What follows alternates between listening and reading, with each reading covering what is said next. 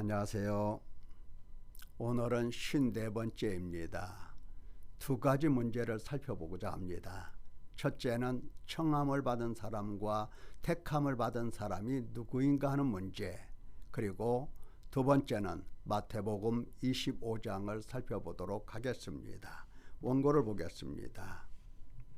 자, 청함을 받은 자, 택함을 받은 자, 과연 누구인가? 하나님께서는 절대 주권자이시기 때문에 청하시든 택하시든 삼위 하나님이 결정을 하십니다. 삼위 하나님은 누구시죠? 하나님 아버지와 예수 그리스도와 성령 하나님이십니다. 이 삼위 하나님께서 이제 결정하실 문제입니다. 결정하실 때에 특히 당신 백성들을 찾아 구원하러 오실 때에 그때 나타나는 현상이 청함을 받은 자와 택함을 받은 자, 이 현상이 일어납니다. 자, 보십시오. 청함을 받든 택함을 받든 이 사람들은 하나님의 말씀을 똑같이 듣습니다. 하나님께서 들려주시는 거죠.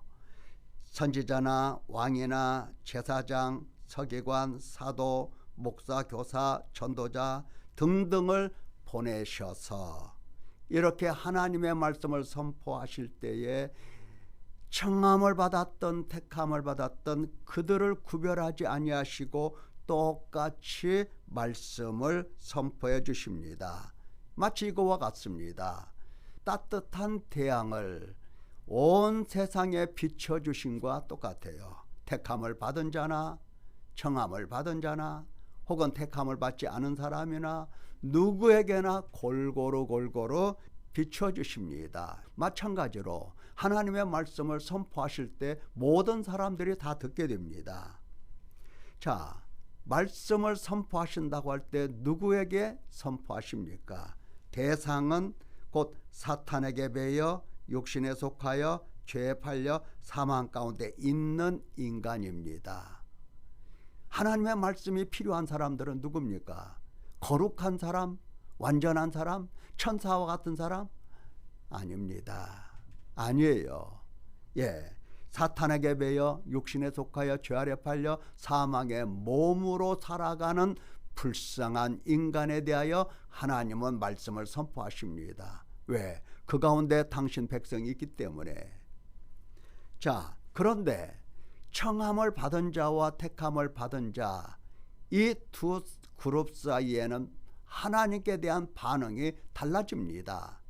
첫째, 청함을 받은 사람은 하나님의 나라를 빼앗기는 사람으로서 예수님을 하나님, 왕, 목자로 지각하지 못하고 영접하지 않습니다. 멀리하고 오직 육신을 따라 사는데 탐욕과 방탕과 위선과 불법으로 살아갑니다.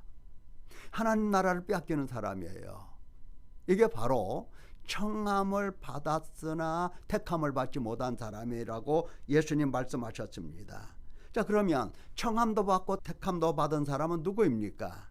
바로 하나님 백성으로 양육을 받는 사람입니다. 예수님을 믿고 예수님께 붙어서 따라다닙니다. 그리고 듣고 배우고 회개로 씻음받고 말씀을 터득한 말씀을 나의 삶의 기본으로 삼고 율법의 삶을 살아갑니다. 율법의 삶이라고 하는 것은 다른 게 아니죠. 하나님 사랑, 이웃 사랑입니다. 이런 사람을 택함을 받은 자라고 말할 수가 있습니다. 도표를 보면 좀 더 이해가 쉽습니다. 하나님이 계시죠. 그리고 인간이 있어요. 그리고 이들에게 똑같이 예수 그리스도께서 찾아오셔서 말씀을 주십니다. 그때 나타나는 반응이 이렇게 달라집니다. 자기 중심, 자기 영광으로 살아가는 것은 모든 인간의 습성이에요. 자, 그런데 택함을 받지 못한 사람은 여전히 탐욕과 방탕과 위선과 불법으로 살아갑니다. 택함을 받은 사람은 탐욕과 방탕과 유성과 불법이 있으나 이러한 문제를 가슴에 두고 탄식하면서 자기 자신을 부인합니다. 그래서 자기 중심 부인하죠. 자기 영광 부인합니다. 부인하면서 하나님의 말씀을 마음에 새기면서 새겨주신 그 말씀을 따라서 율법을 지켜나갑니다. 자, 이러한 사람은 하나님 나라를 유업으로 받는 것이고 택한 사람이고, 또 이 방탕과 탐욕과 방탕과 유성과 불법으로 여전히 살아가는 사람은 하나님의 나라를 빼앗겨 쫓겨납니다.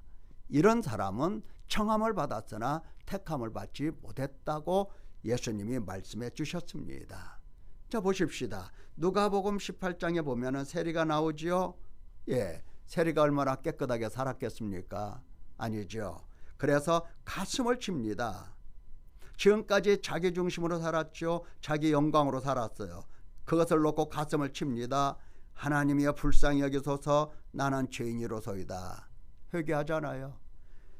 누가복음 19장에 삭개오도 마찬가지예요. 세리장이죠. 예수님을 참 보고 싶어 했습니다. 예수님을 만나고 싶어 했어요. 다르죠? 예수님께서 내 집에 유하여야겠다 말씀하세요. 그러면서 삭개오를 앞세워서 그 집을 따라가십니다. 삭개오가 말씀드리죠. 보시옵소서. 내 소유의 절반 가난한 자들에게 주겠고 속여 빼앗은 일이 있으면 내 갑절이나 갚겠나이다. 회개하죠? 네, 회개의 열매를 맺죠? 달라요. 그래서 예수님께서는 구원이 이 집에 이르렀다. 이 사람도 아브라함의 자손이다. 내가 온 것은 잃어버린 자를 찾아 구원하려고 온 거다. 이렇게 예수님께서 말씀을 하셨습니다. 자, 청함을 받고 택함 받지 못한 자는 어떤 사람? 그렇죠. 자기 중심, 자기 영광으로 여전히 살아가는 하나님의 나라를 빼앗긴 사람이고, 청함도 받고 택함도 받은 사람은 누구? 자기 자신을 부인하고 하나님의 말씀을 들려주시고 가르쳐 주시는 대로 가슴에 새겨서 그 말씀을 따라 사는 사람, 하나님의 나라를 유업으로 받는 사람, 이게 바로 택함을 받은 사람입니다. 여러분은 어떤 사람입니까? 어떤 사람이 되어야 마땅합니까? 앞으로 어떤 사람으로 살아가기를 원하십니까? 두 번째, 마태복음 25장을 살펴보도록 하죠. 25장은 세 단락으로 나누어져 있습니다. 13절까지 깨어 있으라 명령하시는 예수님, 열처녀 비유 속에서 말씀하시고요. 30절까지 충성하라, 달란트 비유를 통해서 충성하라고 명령을 하십니다. 그리고 46절 끝까지 율법을 지켜라 비유를 통해서 설명해 주십니다. 인자가 올 때 영생에 들어가도록 율법을 지켜라, 이렇게 말씀을 하세요. 자, 그러면 깨어 있으라 첫 번째 단락이죠. 그때의 천국은 마치 등을 들고 신랑을 맞으러 나간 열 처녀와 같다 하리니, 천국은 뭐와 같다? 신랑을 맞으러 나간 열 처녀와 같다. 그러니까 천국은요, 신랑을 맞으러 가는 거예요. 신랑을 맞으러 가는 거예요. 어떻게 맞으러 갈까요? 예수님께서 설명하시는 게 바로 등과 기름입니다. 다시 말하면 준비예요. 준비성을 말씀하십니다. 준비하였던 자들은 함께 혼인잔치에 들어가고, 그 후에 남은 처녀들, 준비가 안 된 처녀들은 내가 너희를 알지 못하노라 하고 예수님께서 그들을 부인하십니다. 그러면서 결론적으로 깨어 있으라 이렇게 명령을 하십니다. 그날과 그때를 알지 못하느니라 하시면서 깨어 있으라 라고 말씀하세요. 지금 말이죠, 25장이 무슨 얘기입니까? 앞에서 하나님의 성전의 파괴 얘기가 나오죠. 그리고 세상도 멸망 이야기가 나옵니다. 그런 가운데서 인자가 오신다고 가르쳐 주시면서 바로 세상에서 마지막 이 환난을 당할 때까지 성도인 너희, 택함을 받은 자 너희는 어떻게 살아가야 될 것인가? 깨어 있어라 라고 말씀하시는 거죠. 깨어 있어라. 여러분, 깨어 있다는 게 뭐죠? 깨어 있으라고 하는 말씀은 각성이라고 볼 수가 있는데, 깨어서 정신을 차려서 사리를 분별하고 판단하고 지혜롭게 신랑을 맞을 준비하는 거, 지혜롭게 신랑을 맞이할 준비하는 거, 이게 바로 깨어 있는 겁니다. 그러니까 깨어 있다라고 하는 것은 한순간 번쩍 잠에서 깨가지고 번쩍 이게 어디야? 이런 게 아니죠. 하나님께서 부르신 그 이후부터 지속적으로 이 세상에서 생명이 끝나는 날이든지 아니면 내가 예수님이 오시는 그날까지 살아있든지 간에 일생을 거쳐서 신랑 예수님을 맞이할 준비를 해 나가는 것이 바로 깨어 있는 거다라고 우리가 알아들어야 되겠습니다. 준비. 그러면 준비는 뭔가? 준비는 뭐겠습니까? 신랑이 오실 때에 우리는 거룩하지 않거든요. 그래서 신랑이 오실 그 신랑을 기다리는 사람은 뭐를 준비해야 될까요? 예수님께서 비유로 기름과 등을 말씀하십니다. 기름과 등을 말씀하셔요. 이건 비유예요. 예수님을 맞이하기 위하여 무엇을 준비하는가? 바로 회개입니다. 세례 요한이 앞서서 우리에게 가르쳐 주셨습니다. 그가 오신다. 그러므로 너희는 준비하라. 어떻게 준비하라? 회개하라. 회개를 통해서 신랑 오심을 준비해 나가는 거예요. 일평생. 그게 필요한 겁니다. 여러분은 깨어 있습니까?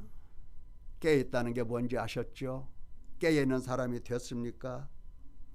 깨어 있는 사람이 되어야 하는 겁니다. 회개가 없이는 예수님을 맞이할 수가 없어요. 예수님을 맞이할 준비가 없는 사람은 바로 깨어 있지 못하는 겁니다. 자, 두 번째 단락을 보도록 하겠습니다.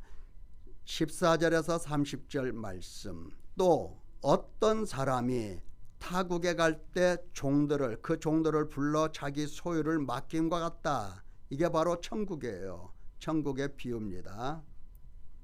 재능대로 금 5달란트, 2달란트, 1달란트를 주고 주인이 돌아와 그들과 결산할세. 착하고 충성된 종아, 네가 적은 일에 충성하였음에 내 주인의 즐거움에 참여할지어다. 그리고 1달란트 받았던 자는 주인이여, 당신은 굳은 사람이라. 이 굳은 사람이라고 하는 것은 마음이 단단하게 굳어서 잔인하다라고 하는 뜻입니다. 잔인하다. 다시 말하면 긍휼이 없다. 긍휼이 없다. 이렇게 보았던 거죠. 그러면서 두려워하여 감추었나이다. 그 사람에게 예수님 말씀하시죠. 악하고 게으른 종아, 이 무익한 종은 바깥 어두운 데로 내쫓으라. 거기서 슬피 울며 이를 갈리라. 여러분, 하나님께서 하나님 백성들에게 충성을 요구하십니다. 뭔가 재능을 주셨어요.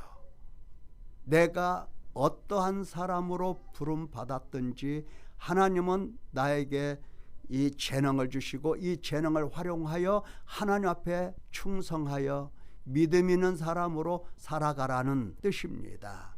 이것을 명령하시는 거예요. 자, 세 번째 단락을 보십시다.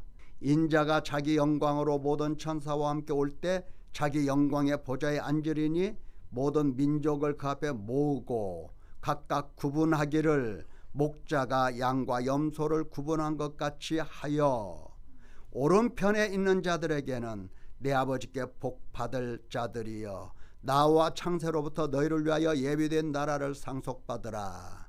내가 줄일 때에 먹을 것을 주었고 목마를 때에 마시게 하였고 나그네 되었을 때 영접하였고 헐벗었을 때 옷을 입혔고 병들었을 때 돌아보았고 옥에 갇혔을 때 와서 보았느니라. 예, 이것은 무슨 얘기입니까? 이웃사랑이에요. 이웃사랑 아닙니까? 예, 율법을 지킨 사람에게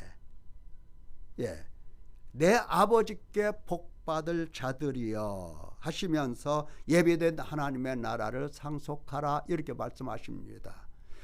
율법은요, 하나님 백성들, 언약 백성들에게, 하나님이 언약의 백성된 자들에게 반드시 율법을 주신다고 그랬어요. 그래서 그 율법을 파기하지 말아야 된다고 그랬어요. 율법을 파기하면 끝입니다. 누구나 다 쫓겨나는 거죠. 에덴 동산에서 아담도 쫓겨났잖아요. 아담도 죄가 없었던 사람인데 언약의 말씀을 파기하니까 쫓겨나고 죽잖아요. 자, 언제 우리가 죽게 행하였나이까? 그러죠? 그때 예수님 말씀하십니다. 너희가 여기 내 형제 중에 지극히 작은 자 하나에게 한 것이 내게 한 것이니라. 이렇게 형제 사랑, 하나님 사랑 이거잖아요. 자, 왼편에 있는 자들에게는 뭐라고 말씀하십니까? 저주를 받은 자들아 나를 떠나라. 마귀와 그 사자들을 위하여 예비된 영원한 불에 들어가라 명령하시죠. 그들은 영벌에, 의인들은 영생에 들어가리라 말씀을 하십니다. 우리는 의인 하면은 그저 예수님 피로 씻음을 받고 뭐 예수님 믿고 그냥 다 씻음 받았으니까 다 의인이지 이렇게 쉽게 생각을 해요. 여러분, 하나님의 언약의 말씀을 내가 내버렸어. 그것도 의인입니까? 그것도 의인이냐고요. 그게 예수님을 믿는 사람입니까? 예수님께서 십자가에서 죽으시고 피 흘리시면서 그의 죄를 씻어주신 것은 여전히 죄를 따라가라고 씻어주시는 겁니까? 아니잖아요. 아니잖아요. 아닙니다. 반드시 하나님 사랑, 이웃 사랑을 실천하라고 씻어주시고 깨끗게 해주신 거라고요. 깨어있어라, 충성하라, 율법을 지켜라. 여러분은 누구십니까? 청함을 받았으나 택함을 받지 못한 사람입니까? 아니면 청함도 받고 택함도 받은 하나님의 양육받는 하나님의 백성입니까? 도대체 어떤 사람입니까? 어떤 사람으로 하나님께 보여드려야 하겠습니까? 하나님께요. 하나님께. 사람 앞에서 위선적으로가 아니라 하나님 앞에서 하나님께 나는 어떠한 사람으로 살아가야 할지를 깊게 생각을 하셔야 할 것입니다. 깨어있다, 충성하라, 율법을 지켜라. 이 말씀 꼭 마음에 새기시기를 예수님의 이름으로 축원합니다.